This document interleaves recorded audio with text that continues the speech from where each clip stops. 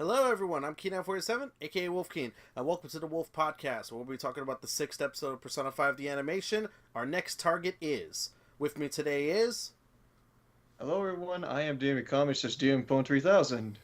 Hey everyone, this is FlOrangey, and sadly I have no way to make everyone uncomfortable this time. I think I can fill that job, honestly. Oh, God. Hey everyone, this is Mario Fanboy 15, aka that guy who thinks Mountain Dew is the best soda. Fight me, Nelson. You've already said that during the end of one of these podcasts.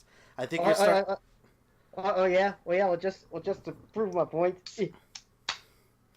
I think you're starting to run. I think you're starting to run out of jokes. And we're only 6 episodes in. I have other jokes. I just didn't use this joke for the beginning of a podcast. Oy vey, but anyways, yep, we are now here for the 6th episode of Persona 5 the animation, which, just to give a brief summary of the episode, it kicks off after where the last episode ends off, where we meet the character Yusuke Kitagawa. And basically, we find out that he's a student of Madarame, who is a famous artist. What ends up happening is that Yusuke wants to have Anne as a model, even to the point saying that, I want you to model nude for me. Yeah, he actually says that. Mm-hmm. But then we also learn that not only does Madarame have a palace, but that he also apparently is a plagiarist and abuses his students. Mm-hmm.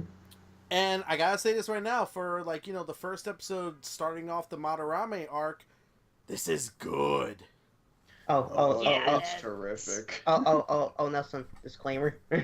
Oh yeah, and disclaimer about sorry about that. Disclaimer: any comparisons that we make to the game or the animation are purely done for analytical reasons, but I don't think there's going to be that many comparisons, honestly, because this episode played it very straight when compared to the game. But we'll get to that in the comparisons. Mm-hmm. I'd say play it straight, but they did throw a couple of spins here and there that was actually beneficial for its story. Yeah, I have to agree. I can think of one change that seems mild that I think actually helps very well. Mm-hmm. Yeah, exactly. But we'll get to that in the comparisons. So, Dean, your general thoughts on the episode? I thoroughly enjoyed it, and it's mostly because of one certain character that finally got introduced. And this was the episode that I probably laughed the hardest out of all the episodes that we had so far. And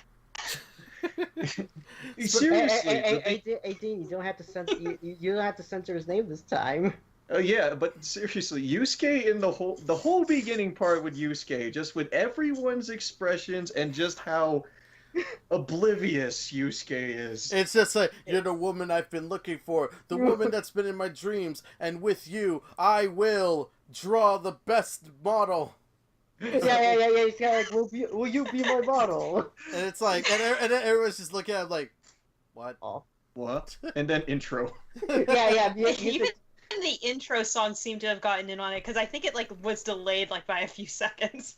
It is, yeah. Dude, the music stopped. The music stopped. Music suddenly stops, and they all go, huh?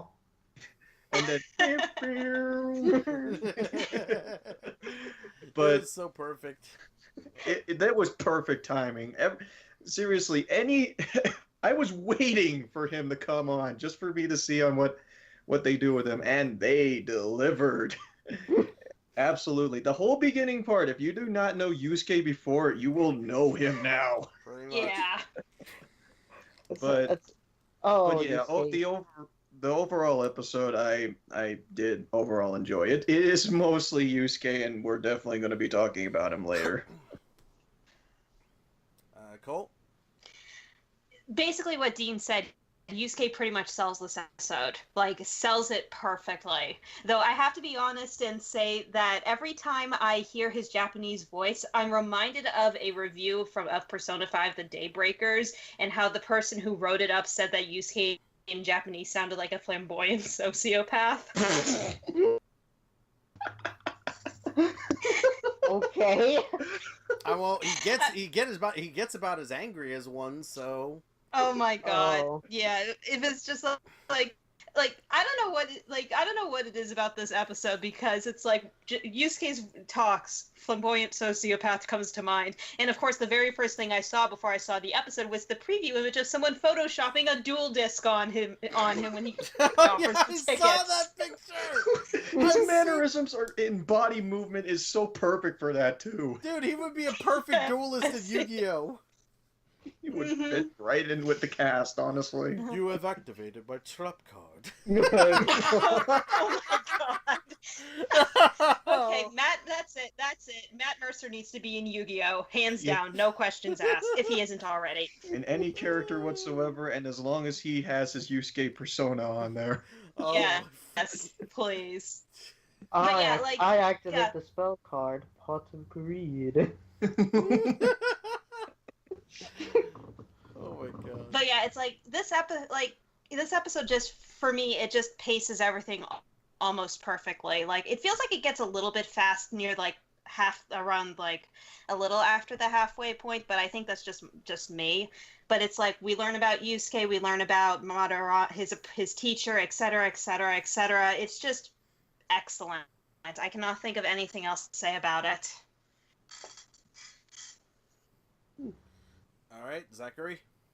Well. First thing I want to mention, because I forgot to put this in my notes.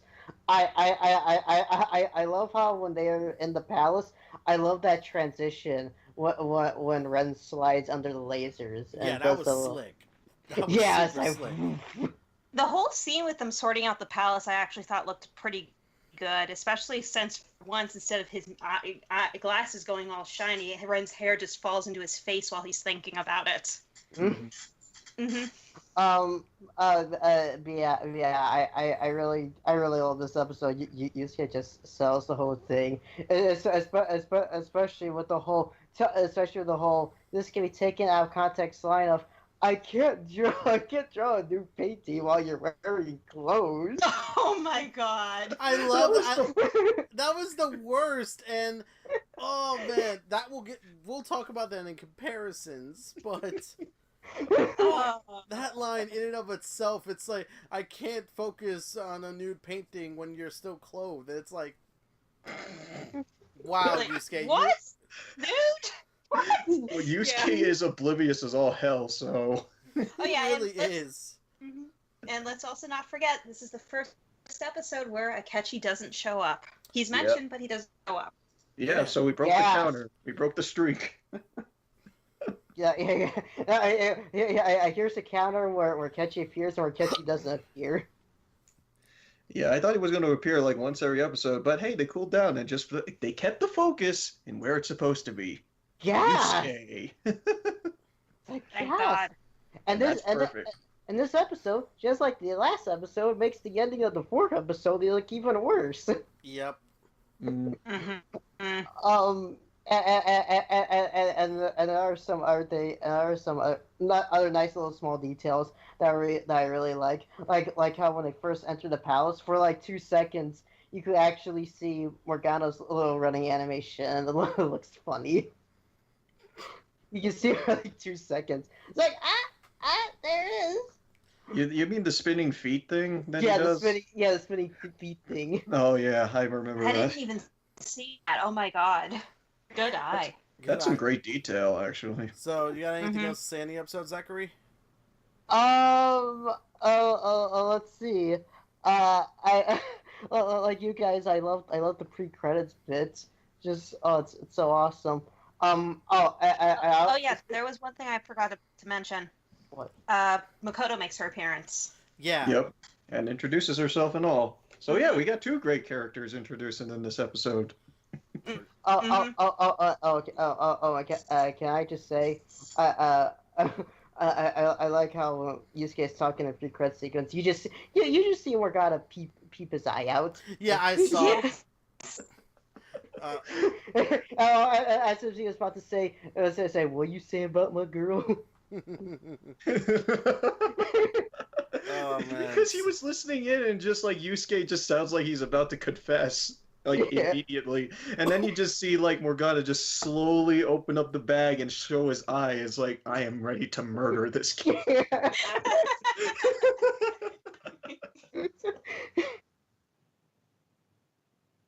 You alright over there, Nelson? I think I killed Nelson. Oh, God damn it, Dean. Shit. I'm good. I just had to mute myself because I choked on water. Oh, no. From laughter. Yeah. I'm Way to good, go, though. Dean. I'm good, Awesome. though. I'm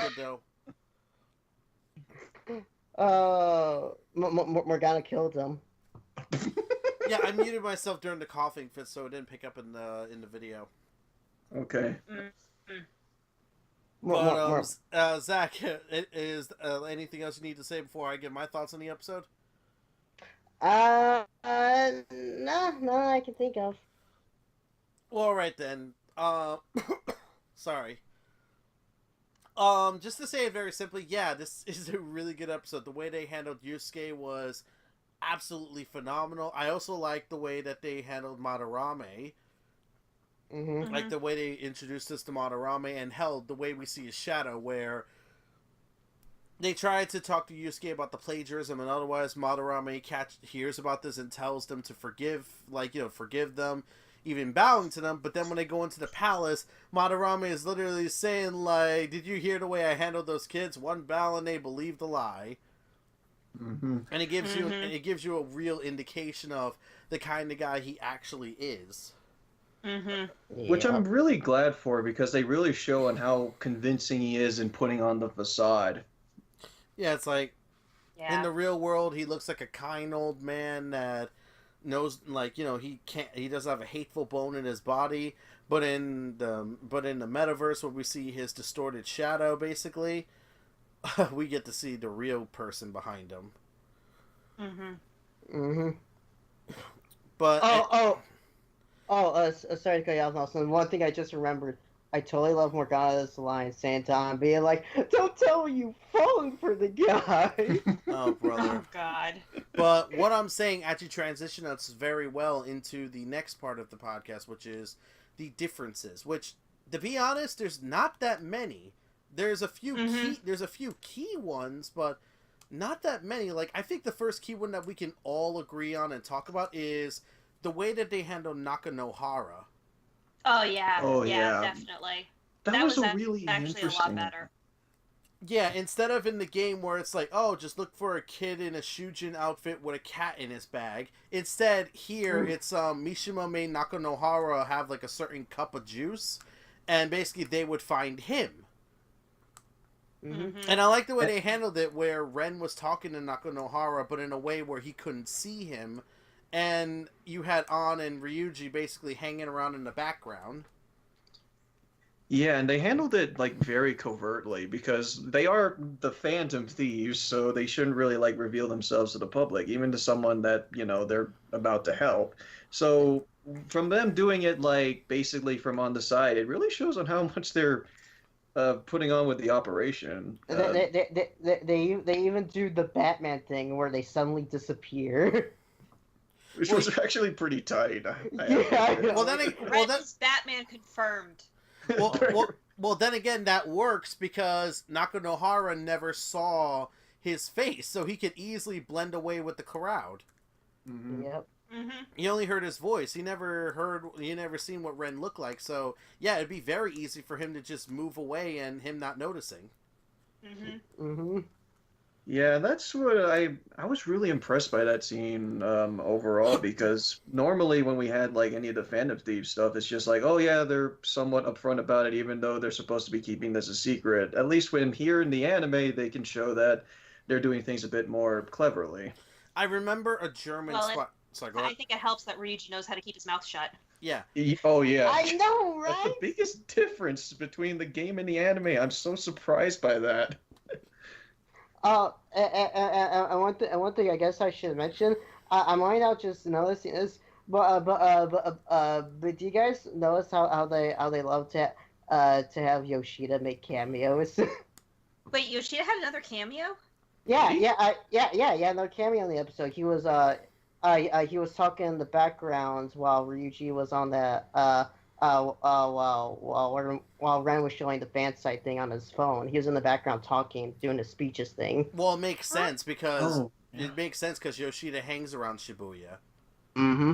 Yeah, he's been making like a lot of background appearances, like from the Beef Bowl shop in the last episode, and I now this one doing speeches. just to speculate here, but I feel like he might play a larger role in the later parts of the animation. I may be wrong on this completely, but I wouldn't be surprised on that one, considering his like point of position, which we can't say because the anime hasn't explored yet. You have a good point there. Yeah, I can believe that. I actually won't be surprised if he has a bigger role, considering all the background appearances he's been having. We also had a cameo from another character, Ooh. Hifumi. Oh, I didn't Wait, even notice Hifumi? that. Oh, wait, really? I didn't She even did? notice Where? On the mini game, on the app on the as the avatar of the app game they were playing. Oh, that Ryuji was playing? Yeah. Was that what they were playing something on there? Were they really playing like a mobile shogi game? Yes, I think they Oh were. my Yeah. god, that makes a lot of sense. Wow. And you know what? That would work for a later portion of that would work in some way, but I can't really go into it. Holy smokes! Yeah. I'm looking at it right now. That's Ifumi. I'm just like, how did I not notice that? That's awesome. Wow, I love that as a reference. God, that's great Also, foreshadowing. I love that. Chibi Hifumi. Also, getting back onto the differences because we're off topic. This is a big difference, honestly. Like I said, we really get. But when it comes to differences, like the only other one that I could think of is. Basically, again, we talked about the Nakanohara one, but the other one is the way Yusuke handled the group when he was pressed with the plagiarism again. Yes. Ooh, No, right. I wanted to talk about this one. Go yes, for it. No. Yeah, go. Okay, so in the game, after they press Yusuke for about wanting to know things like the abuses and stuff like that, he blackmails them into making on pose nude for him. And in exchange, he doesn't call the police on or anything like that for harassment. This doesn't happen in the anime at all, and I really like it for two very big reasons. The first is that, sorry, can I still ramble a little bit? Go ahead. Go ahead. Yeah. The first is that Yusuke's handling of the blackmail in the game was always really friggin' weird to me. Because it was like, I get why he blackmailed them, but at the same time, it was always like, oh, but I've always wanted to do it anyway, so this just gives me a chance to do it. Oh. I never really saw Yusuke as manipulative either, so... Well, I never saw him as manipulative either. I always just thought of him as desperate, and then him being like, oh, now that I think about it... Because he's all just completely because Yusuke's clueless, let's face it. Yusuke's clueless. Clueless, pretty oblivious, you can kind of like list off the many things I could describe him. But yeah, go on. But the other reason is that I kind of like how this removes it because it means that the Phantom Thieves are doing this just not because they're also pressed for time, but because they genuinely want to help him. Yeah, There's no extra caveat attached to it. It actually paints them, in my opinion, in a better light too. Yeah, so they're actually like, on the side of justice and all that because, we saw that Madarame has a lot of these rumors behind it and they did see his palace and just how he sees himself and all that. And so speaking- with that, oh, go ahead. And speaking with Nakanohara, it allowed them to like understand even more that what Madarame is saying on the outside and what's happening to Yusuke, there's a bigger issue behind this. Mm-hmm. Yeah. Oh. Yeah, they don't have that. They don't have to worry about like a time limit that's going to happen. If anything, Madarame seems like he's going to establish the time limit. Yeah. Yeah. Zachary, you wanted to say something? Yeah. Can I bring up another comparison? Oh, we were talking about this still, dude. Yeah. Okay. Yeah, that's what I thought. And what was the other point you wanted to make, Cole? Oh, well, that was actually both of my 2 points. But another thing I actually noticed also was that the episode actually puts a much larger emphasis on Yusuke's anger and frustration. Well, yeah. Like, especially that little bit of animation where he's, like, clenching his teeth when Anne comments on his painting, as well as how suddenly defensive he gets about the rumors. I think it kind of gives the idea that this isn't the first time he's probably been confronted about it. I wouldn't really say that's much of a difference compared to the game as it is an artistic liberty, because even in the game, like when Yusuke's first confronted about the rumors, he also gets defensive against the group, even laughing at them. Yeah, he does, but Yeah, I know. I think the biggest difference between in the game and compared to the anime is that we're actually able to see his body movement and his reaction to it. Like the way that he bites his lip from On's comment, I was just like, whoa. Yeah. I was really surprised by that because you do see that he did seem like resentful or some disappointment in there when On was talking to him before in the game, but in the anime you really see some pent up either anger or disappointment inside him. Yeah, and even seeing it in him, when he admits that yes, like he is his master's artwork, but he's like, oh, I'm doing it willingly because he's currently under an art block and otherwise. And when the group tries to press further, he gets very aggressive against them. Mm-hmm. See, it's very understandable in his position too. Yeah, because Madarame is basically a father to him. Mm-hmm. Mm-hmm. So it's like hearing this kind of shit being said about his own father. Basically, it's like, no, anyone would get pissed off.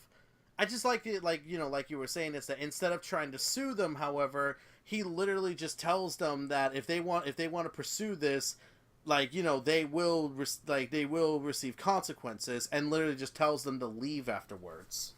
I don't want to see any of you. Since he tells them to leave, it almost makes me wonder if maybe we'll get the blackmail scene later, but it's also entirely possible they'll just skip over it, and either way I'd be perfectly fine. I'm thinking that the blackmail, it would mostly just come from Madarame, and I'm not. Okay, another big difference is that they mentioned the infamous scene that involves with Yusuke and On, where he mentions that he wants to make a nude picture with On.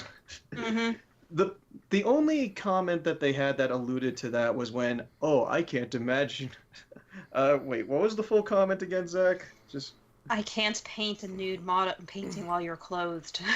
Yeah. I can't paint a nude model of you while you're still wearing clothes. Yeah, that was the only comment that was at that scene. But there wasn't the blackmail comment that where he could probably say, "I'll paint the best nude painting there is." Yeah, exactly. Mm-hmm. And when Honest expect you to defend her, you're just kind of like, we can't do shit. We have to leave. But don't give up so easily. Yeah, it's like I've always admittedly had a bit of a problem with the blackmail scene in the game, simply because it kind of almost seems like it was just played for laughs when it's really not that funny. It really is. Yeah, it's a serious matter because it's basically like, you do this for me, otherwise I'll turn you into the police. But I also have to say I still enjoy that scene. Yeah. Blackmail, am I right? Yeah, very much. And I guess one more difference I could bring up is... Can I bring it up? Yeah, what's the difference you have? That we see Madarame's shadow earlier than in the game. Yeah, we do. That's the one thing I like, because in the game, we don't see Madarame at least until the third time they go into the palace. Whereas here... this is the first time they go into the palace, they actually see Madarame's shadow, and Skull at one point almost confronts him. Thankfully, Joker stops him. Facing up against him. Jeez. Wait, did they not show his face? No, they showed it. I don't think. Oh, okay. I thought they did.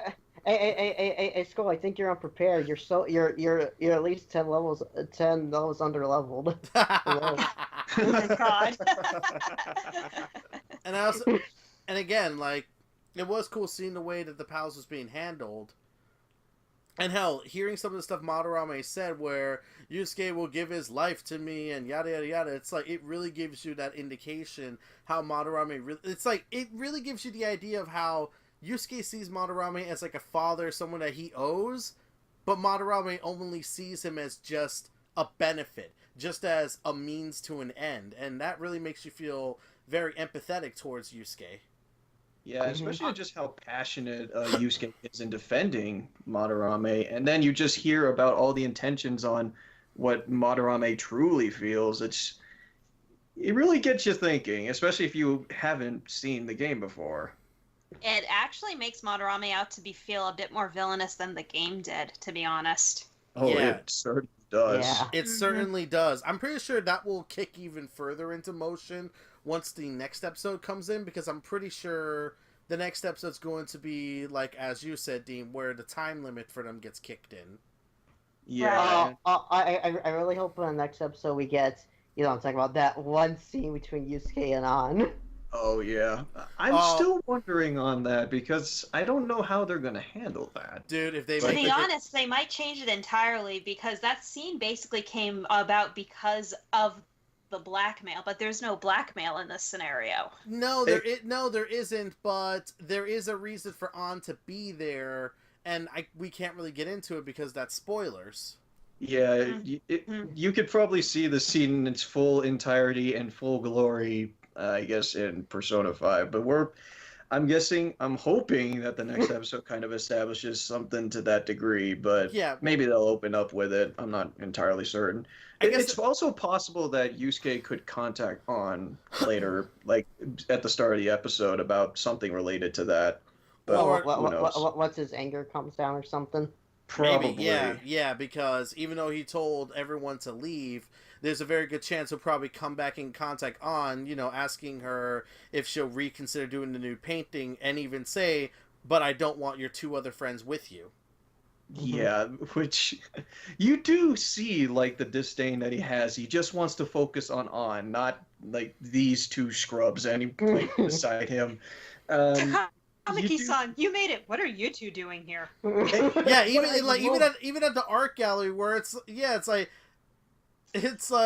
when when they go to the art gallery and say, nice to see you, Takamaki. You two are here as well, and even saying, just make sure you don't cause any problem. On, follow me. Yep. This is what I also love about this episode.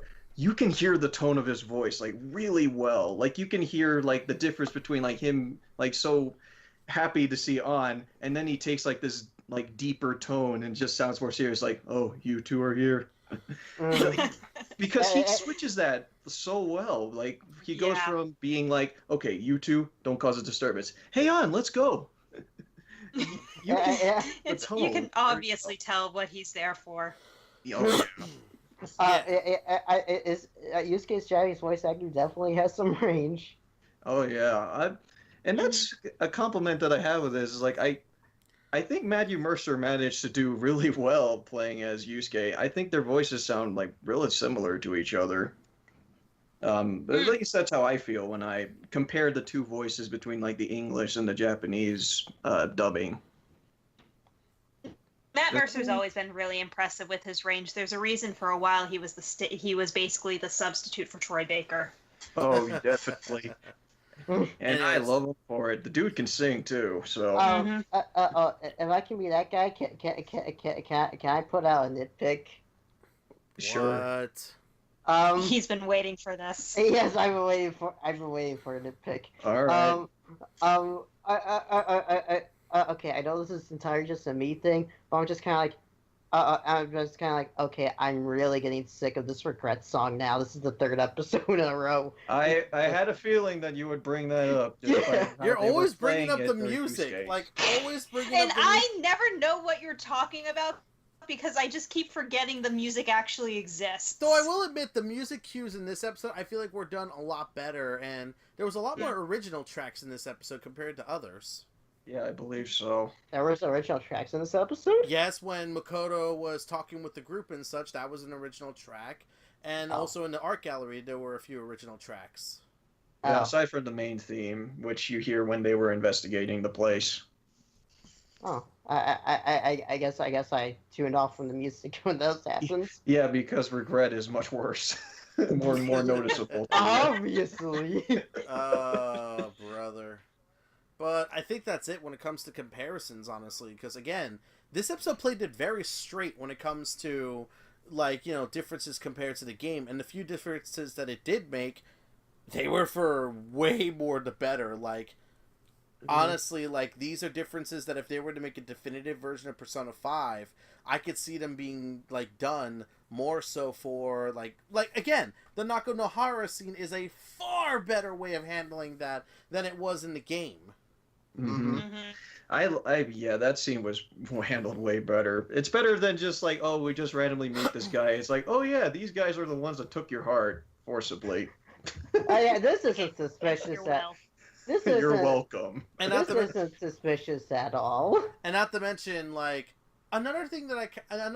Oh yeah, this is another difference. It's small, but the way that they get into the palace is different compared to in the game. Because in the game, they talk about the metaverse nav, and then they check, and that's when they find out that Madarame has a palace. Whereas in the animation, they were about to leave. They were actually about to just write this off as like a mistake. But then at one point, when they were talking about the shack, like, Ren's phone with the metaverse nav was active, and it got a hit. Mm-hmm. Mm-hmm. Speaking of Ren, something I noticed about that little scene, and I did mention a little bit with how his hair kind of falls to his face, is it just me, or did he sound a little bit disappointed that they may have been wrong? Yeah. I kind of see that, actually.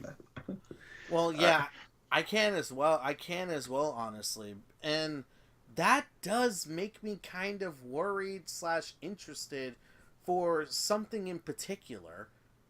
Oh. I wish I could talk about it, but it's a massive spoiler, and unfortunately, I have to keep it to myself. Okay. We'll probably talk that later Okay. in Off camera. Off camera.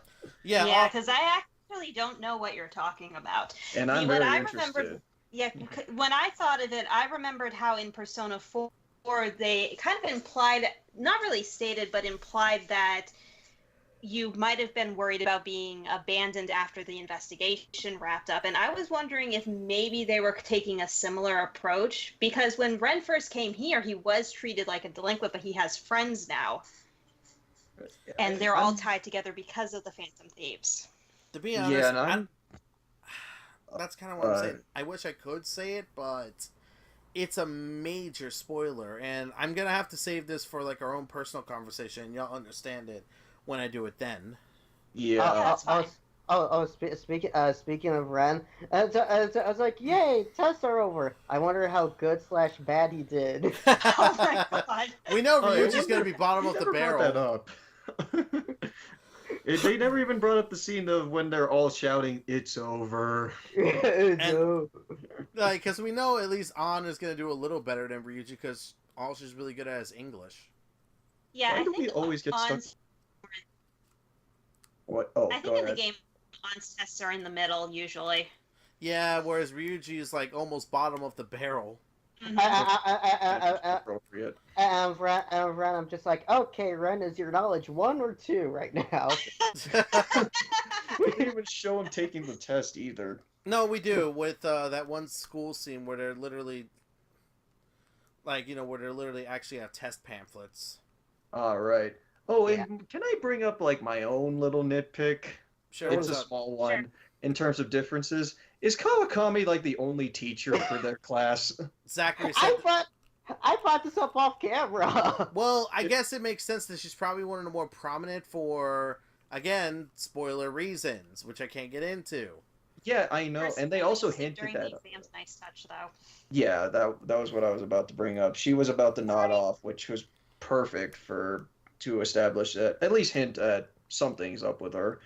I'm just surprised that they haven't like revealed like any of the other teachers. And again, they're less noticeable or quotable Important. compared to. We They're will less probably important. get. Sorry. They're less important and they're less standout compared to the Persona 3 and Persona 4's teachers. Yeah, because they're just stereotypes in Persona 5. At least in Persona 3 and Persona 4, yeah, they were stereotypes, but they were stereotypes to an absolute hilarious degree. Especially with, like, the teacher in Persona 3 that was, all he cared about was the Sengoku era, and you had the teacher in Persona 4, which always wore a pharaoh's hat with the fucking staff. Yeah, it's smart mouthed her. I'm sorry, Nelson. Did you say Goku? Sengoku era. Sengoku.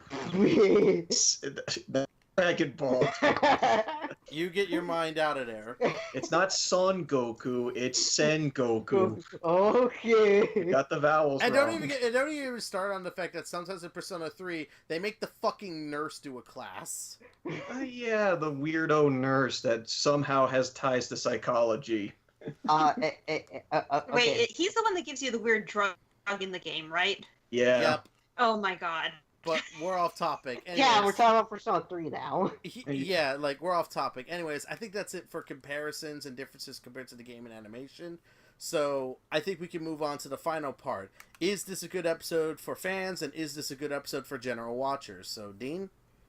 Absolutely. I think for both parties, it's a fantastic episode because it also, for this episode, for anyone who isn't familiar with Persona 5, this episode is actually really effective to get you really into the idea on there's something up with both with Madarame and Yusuke, and it shows Yusuke's character rather well in a rather positive light too, because Cole mentioned earlier about the whole blackmail thing just being a little offhand.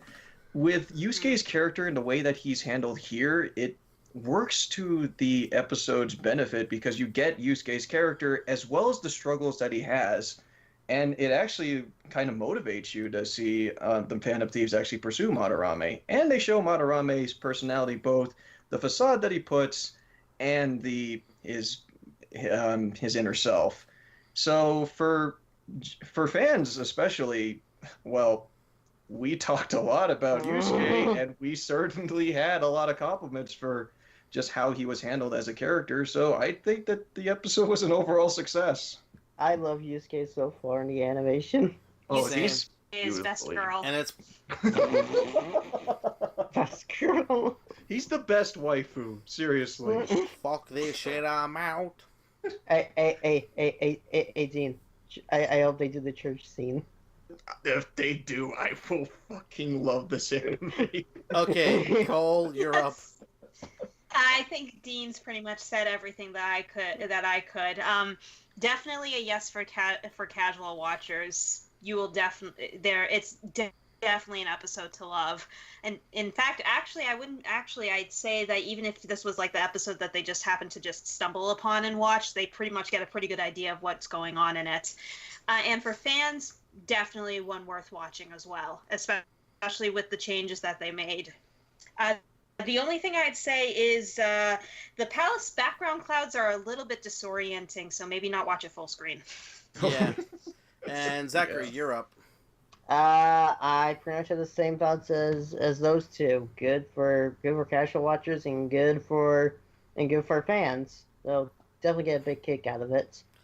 Alright then, I guess for me to say it simply, this is a really good episode for if you're a casual watcher. Like, I would definitely say that. If you're a fan, this episode's actually better if you're a fan. Because if you're a fan of Persona 5 already, seeing some of the changes and seeing how they...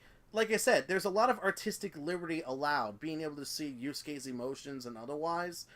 If you're a fan of the game already and you're watching the animation, seeing these actual emotions come to life with his body movement and otherwise, it just makes you feel for him even more. And the way that they shift this character away from being someone who basically blackmailed them to do what he wants, and instead, like, you know, is basically a protective son who doesn't want to believe in the rumors or otherwise. Mm-hmm. It should really say something that the only negative we have about this episode are nitpicks. Yeah, they're very small too, and like I said, this episode I think is a good episode for casual watchers and a great episode for fans, like, no doubt about it. Yeah, it's honestly my favorite episode so far. So. Yeah, same. I was actually impressed that they made Yusuke come off as more sympathetic. Oh yeah, it works to their benefit as well. Mm-hmm. Like seriously, I think out of all the episodes so far, this is like our least negative one so far. Which is good, actually, considering that I was kind of scared after episode 4 aired. Yeah, I was as well, so it's good to know. It makes the ending of episode 4 look worse. Yeah, we get it. Oh my god. we're still slamming on that scene, aren't we? We will till the end of time. Well, We will especially until the the scene appearance actually of does the come up. Sayuri in this episode.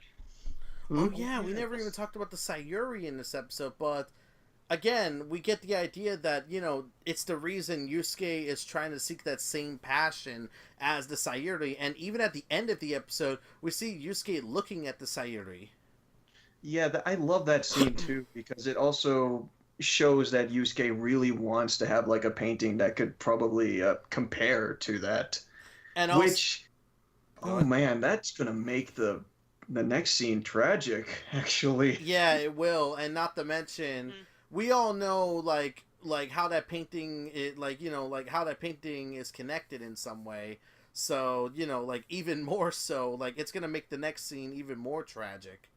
It Also, also makes episode 4's ending even more pointless, frustrating, and spoilerific because many people are undoubtedly going to notice that the Sayuri in this episode looks different from the one that we saw in episode 4. Holy Yeah, shit, that episode great. is made even worse. Yeah.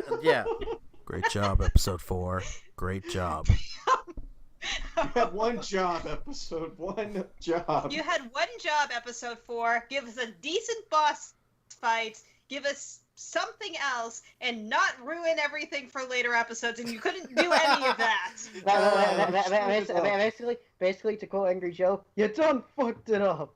Good one, Zach. Yeah, exactly. Yeah, you done fucked it up. Oh man. Also, I have a feeling they might do that scene between An and Yusuke because of the ending where it shows you know what I'm talking about. It's just like, you know, characters, you know, blah blah blah, and there's a little small scene thing of Morgana checking out a little door thing. Yeah, basically, it's gonna happen. It's just I'm interested to see how they're going to go about it differently because it's not being done through blackmail; it's being done through other means. I'm just curious to see. Me as well. I find it odd though in the ending they also showed Makoto's profile for some reason. Does that mean she's relevant in the next episode, or actually she might be? Well, yeah, because at this point in the game she tails the main group. Yeah, because of Kobayakawa. That's right. Oh, does that mean we're going to get the magazine following? Oh, I would love that. I would love that. I would love it if it's like a background gag. It's like you just see Makoto in the background of certain scenes. I just see Ren turn around, turn around being like, is like she's being serious. Oh, the shippers are gonna have a field day with that. Oh yeah, they really are. They really are. Anyways, I think we can pretty much end it here at this point. I think we ended here at this point. So yeah, you can kind of tell we all enjoyed this episode of The High Heaven and Back, and we're definitely looking forward to episode 7. He is my other self. Ooh, and just from that title, I have a feeling I know what's going to happen. Exactly. Shut up, Zachary. You shut up too, Dean. we better get willpower, or I swear. Willpower or yes. riot. I'm not gonna play the song. I will. Like willpower or riot. Willpower or riot. Anyways, No, we're just gonna get Last Surprise again. God dang it! No, don't even jinx it. If you jinx it, you're getting strangled. Oh. Shoot. Run. I think I tempted fate. Basically, Nelson's gonna be Homer Simpson. You're gonna be Bart. But